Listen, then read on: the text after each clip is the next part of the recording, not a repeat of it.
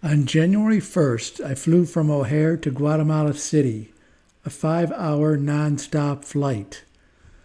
Not many people must fly on New Year's, as the tickets were only $150. When I arrived, I realized I had left my hearing aid on the plane. It took an hour, but the cleaning crew found it under my seat. After clearing customs, there were very few Ubers and taxis available, so I had to wait and then pay double the normal fee. And the address the Airbnb gave me was incorrect, so it took a while until I figured out the correct building was across the street. And then the doorman wouldn't let me in until I gave him the secret code, which was buried in my several text messages with the host. The location was good, not far from the ginormous Oakland Mall, where I ended up having most of my meals. This place was like 1.5 Woodfields, with at least 3 McDonald's inside. The downside of my apartment was I had a crazy rooster somewhere in the neighborhood below who crowed 24 hours a day. Guatemala City didn't have much to offer as far as museums go. The next day I joined up with a group of students from the University of Wisconsin-Parkside that were learning about the Guatemala Civil War. The war lasted from 1960 to 1996, and somewhere between 50,000 and 200,000 people were killed or disappeared. We visited a church that included memorials to those missing. I broke off from that group and toured the presidential palace across the street. They had some historical art and artifacts, but as it was a holiday week, there wasn't much going on. That night I found a bar with live music with a band that will soon be sued by John Fogerty for murdering one of his songs.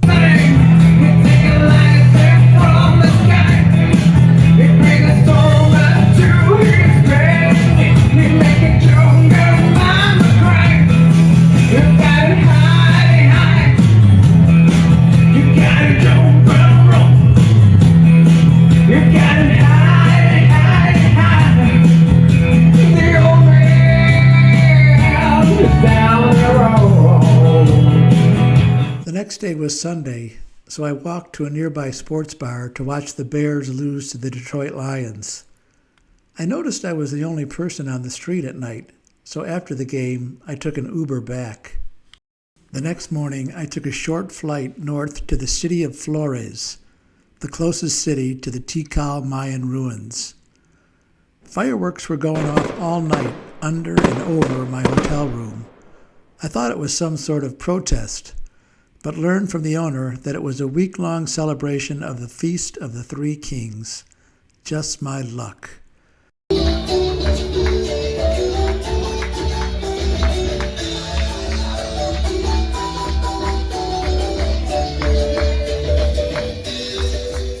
The next morning I walked around town and the local church was having their Three Kings pageant. I booked my tour to the ruins for the next day. The fireworks that night ended at around 11, thank God, but started up again at 6 a.m. It was a 90-minute shuttle to the ruins that next morning, and they didn't disappoint. The tour lasted all day, and we saw just a small sample of the temples and living quarters that stretch over 25 square miles.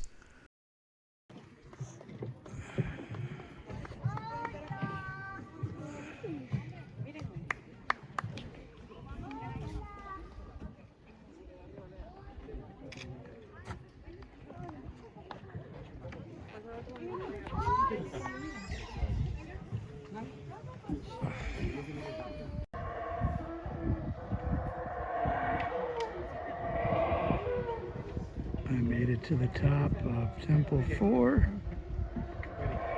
That's the highest in Tikal.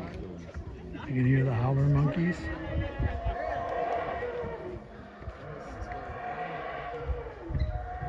And at night we watched the sunset from on top of one of the temples. Not sure who this couple is in front of me, but I was just using them for protection in case the people eaters came out at sunset. I took it easy the next day and walked all the way around the island of Flores. It took less than an hour. Due to climate change, the waters are now 5 feet higher than just a few years ago. The boardwalk at many stretches was blocked by the rising waters. I had now completed 1 week in Guatemala. From Flores, I grabbed a tourist shuttle for the 6-hour ride to Samuc-Champay. These shuttles were the easiest way to get around the rest of Guatemala, and it was a good way to meet fellow travelers, though most were 40 years or more younger than me. Samuc-Champay is a national park known for their clear pools and watery caves. I stayed at Gringo's Hostel because it was the closest accommodation to the park.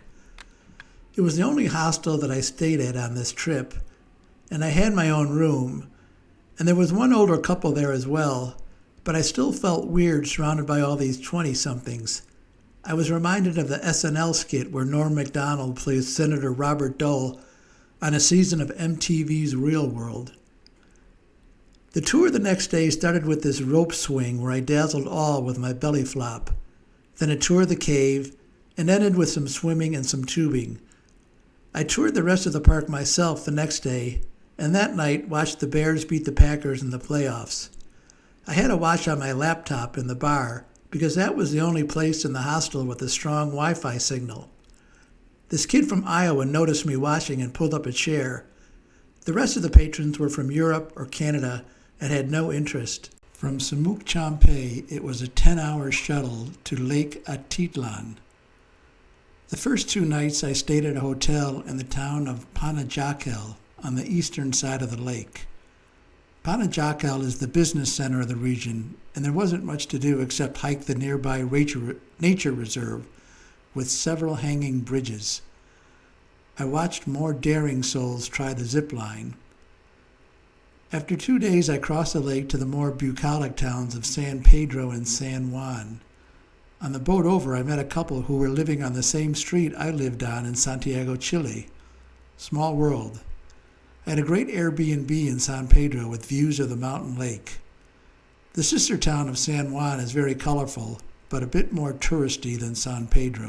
After 2 nights in San Pedro, I took a 3-hour shuttle to Antigua, Guatemala. I could have walked there in 17 hours if I wanted. Antigua is the former capital of Guatemala, but the capital moved to Guatemala City due to the frequent eruptions of the nearby volcano. You could see a puff of smoke rise from the volcano about every 5 minutes. Our guide told us that the rich have their second homes here, but if it was me, I'd have my second home at Lake Atitlan. Antigua offered some classic colonial architecture and a nice town square, but not much else. This is the view of Antigua from the tallest building in town. They don't have many tall buildings because the earthquake keeps knocking them down, so they only build them usually a couple of floors. Oh, and they claim to have the most beautiful McDonald's in the world in Antigua.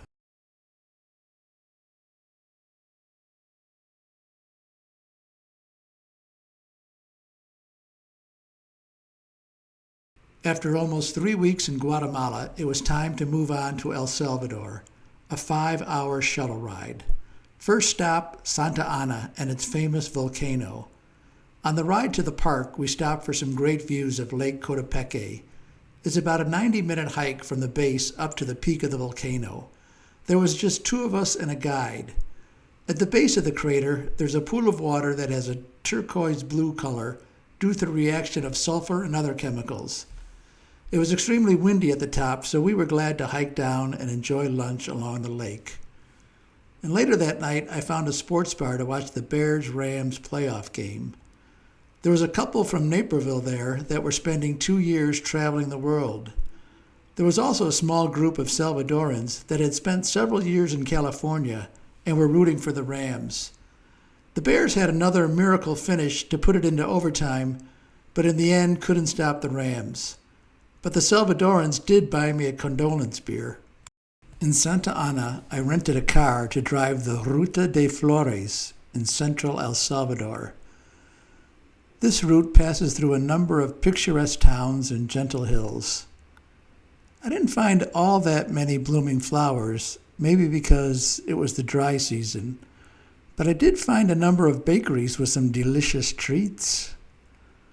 There were also some colorful churches, and the small town of Ataco is famous for its colorful murals.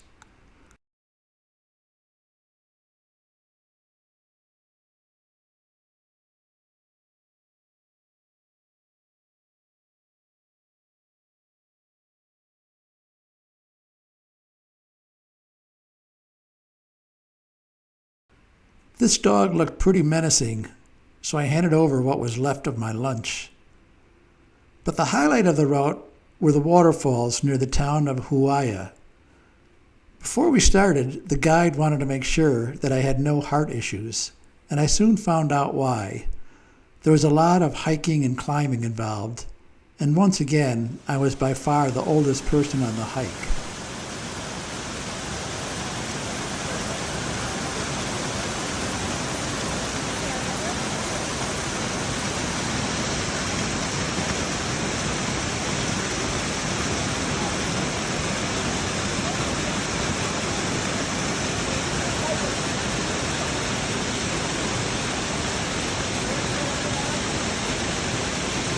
Una orden, soldado.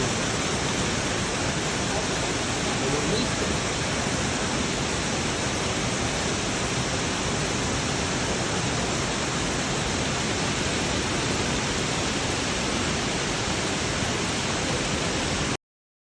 It was a hot day, and any time we could stop and enjoy the pools, we took full advantage.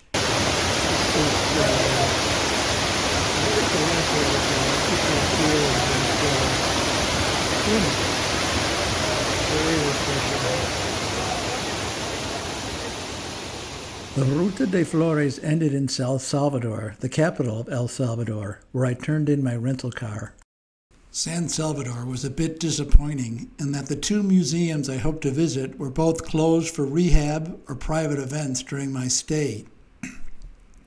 I was able to do a walking tour of the historical center, and I did it in the evening to avoid the heat. I wanted to know if the people felt repressed by President Bukele, the so-called coolest dictator in the world, after he had thrown so many gang members into the infamous Sikat prison. I had 3 guides, and all 3 told me it was the best thing that ever happened. Previously, they were afraid to visit the Central Park as it was controlled by gangs. Now they could bring their families there at 10 p.m. on a Saturday night.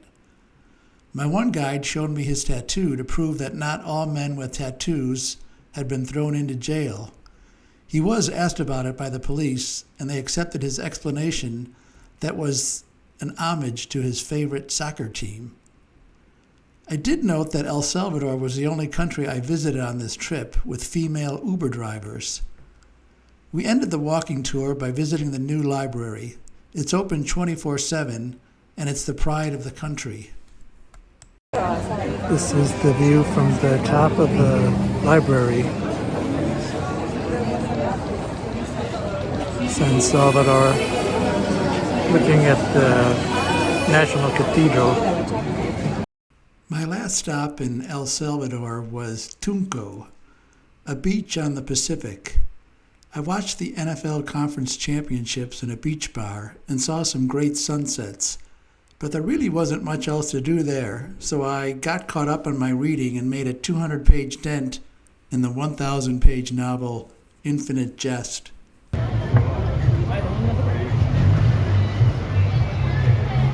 Sunset at Tunco.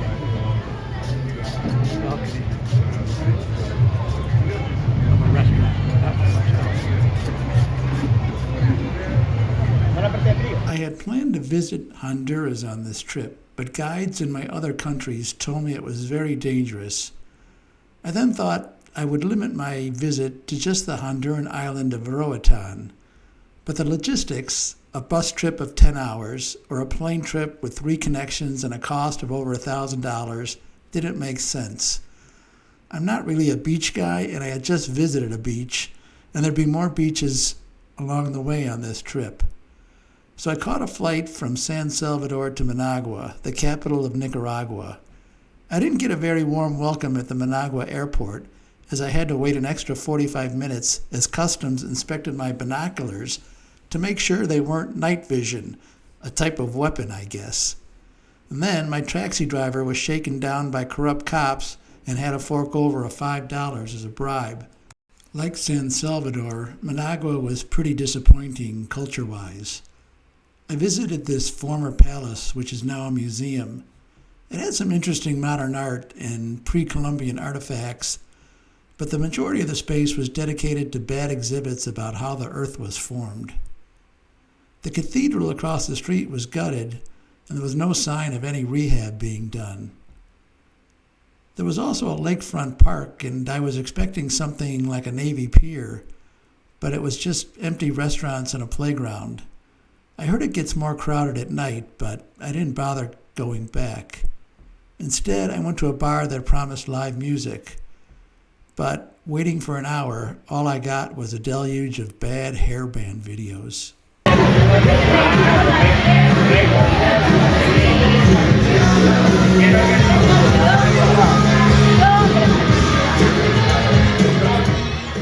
From Managua, I took an Uber to Granada, Nicaragua, just an hour away.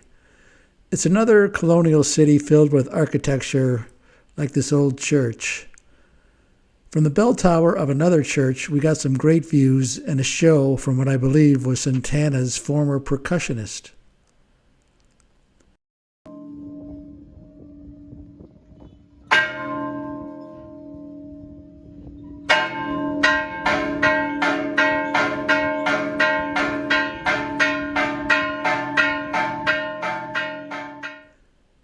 The next day, I took a boat tour of the islets on the lake bordering Granada. We got some close-up looks at the wildlife on the islands, including herons, monkeys, bats, and ospreys. One thing I noticed was how reluctant my Nicaraguan guides were to talk about the Ortega government. Quietly, one told me they were afraid because there were spies everywhere. A lot of the wealthy, including some Americans, are building homes on these small islands. After 2 days in Granada, I took another tourist shuttle to the ferry that delivers tourists to the volcanic island of Ometepe. It's a 90-minute ride to the island over some choppy waters, and a few passengers got sick. I had a hotel on the island, which was okay, but it was the second or third time on this trip where the bed had only sheets and no blanket. Maybe because it's hot here, people don't usually have blankets, so I'd have to explain I was from Chicago and accustomed to a blanket. They would always find one for me, but one hotel in Guatemala gave me something more akin to a plastic table cover. I guess I should budget more than $50 a night for my hotel stays. My first day, I rented a motorbike to circle the island. It had been a while since I had been on one, so I took a refresher. I only fell off once and luckily landed on some grass. It took about an hour to reach the beach on the opposite side of the island, and I took a kayak ride with a guide to see some wildlife. We spotted caimans, owls, and various birds, but what I remember most is that it seemed to be I was doing all the rowing. It was like when I rented a tandem bicycle with Mary. I'd look back, and he'd be on his phone. No tip for you, Jose. I soothed my sore muscles afterwards with lunch at the beach before heading back. I was stopped by a corrupt cop trying to shake me down for a bribe, but I pulled out my diplomatic passport and told him he'd be talking to our embassy. He let me go. After 3 days on Ometepe, it was time to get back on the ferry to the mainland, and then a 45-minute Uber ride to the Pacific beach town of San Juan del Sur. I had a great hotel just a couple of blocks from the beach with great views of the ocean. However, there really wasn't much to do here except visit the beach and get some decent seafood. I had been pretty lucky finding decent gyms to maintain my workout routine throughout this vacation, but it was slim pickings in this town. This is a boxing gym that had some free weights from the Cold War era. One broken stationary bike for cardio, but I made it work. So most of my days here were spent reading. Another major dent in infinite jest. It was time to head to Costa Rica and meet up with Katie, Beth, and Mackenzie in the town of Tamarindo. But first that meant another shuttle ride. It's a 5-hour ordeal, and 3 of those hours are spent crossing the border. 1 hour on the Nicaragua side to make sure I wasn't stealing any precious artifacts, and then 2 hours on the Costa Rica side, where they had just one person working and over 100 people in line. I had the shuttle driver drop me at the car rental center near the Liberia airport. I got the car and then had lunch while I waited for the kids to land and pass through customs, a 90-minute slog. I picked them up at the airport, and then the GPS got us lost, so it was a 3-hour drive to our Airbnb. The Airbnb had 5 bedrooms and a pool, so they went swimming while I drove into town to pick up a couple of pizzas. We were all pretty conked, so we went to sleep early. The next couple of days were spent exploring the town and the beach.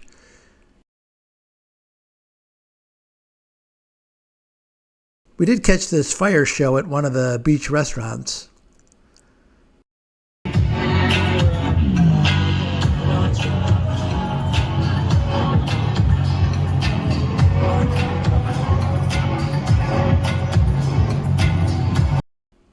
This town had way more Americans than the other countries on this trip, and the prices for everything were much higher. On Monday, we visited the Echo Park and rode some ATVs and visited the nature center that had a lot of local animals like sloths and spider monkeys.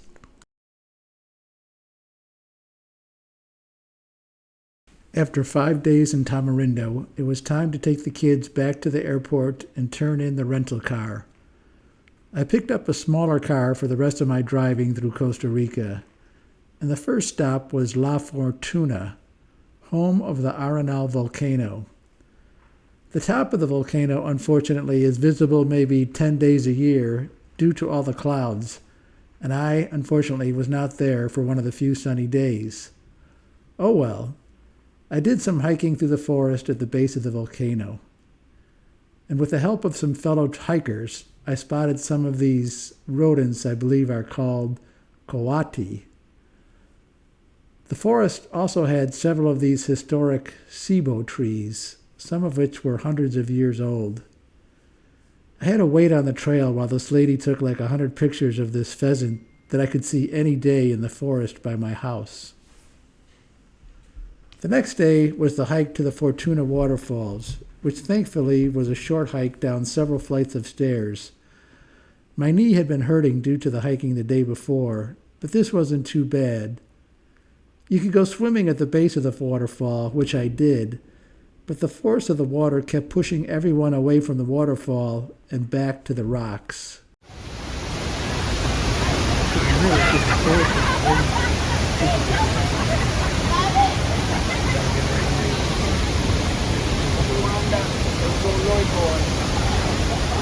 After 2 days in La Fortuna, it was time to pack up the car and hit the road for Monteverde, home of the cloud forest, which surprisingly wasn't as cloudy as La Fortuna. I did get some nice views of Lake Arenal along the way, and I arrived late in the afternoon and arranged to do a night hike, as the wildlife is supposedly more active at night. We didn't see much besides hummingbirds, but these 2 kids from Montreal were really good at spotting tarantulas and small bugs. I had a nice Airbnb, but they didn't have a TV, so that first morning I had to watch the USA-Canada Olympic hockey match on my laptop. And that day I did a nature walk through the reserve, and most of the other hikers in the group were Canadians, but I didn't rub it in too much. They'll make a great 51st state. After 2 days in Monteverde, it was time to drive to my last stop on this trip, the capital of Costa Rica, San Jose. I turned in my rental car as my Airbnb was close enough to walk to the various sites. I visited the National Museum, which was formerly Army barracks until they abolished the Army in 1948 after a bloody revolution. Inside is a butterfly garden, what's left of the barracks, and some assorted art. The next day I took a walking tour and learned more about the history of Costa Rica, particularly the leftist government of the 1940s, which was backed by the Catholic Church, and the revolution that followed, pulling the government back towards the center. After 3 days in San Jose and 2 months in Central America, I was ready to go back home.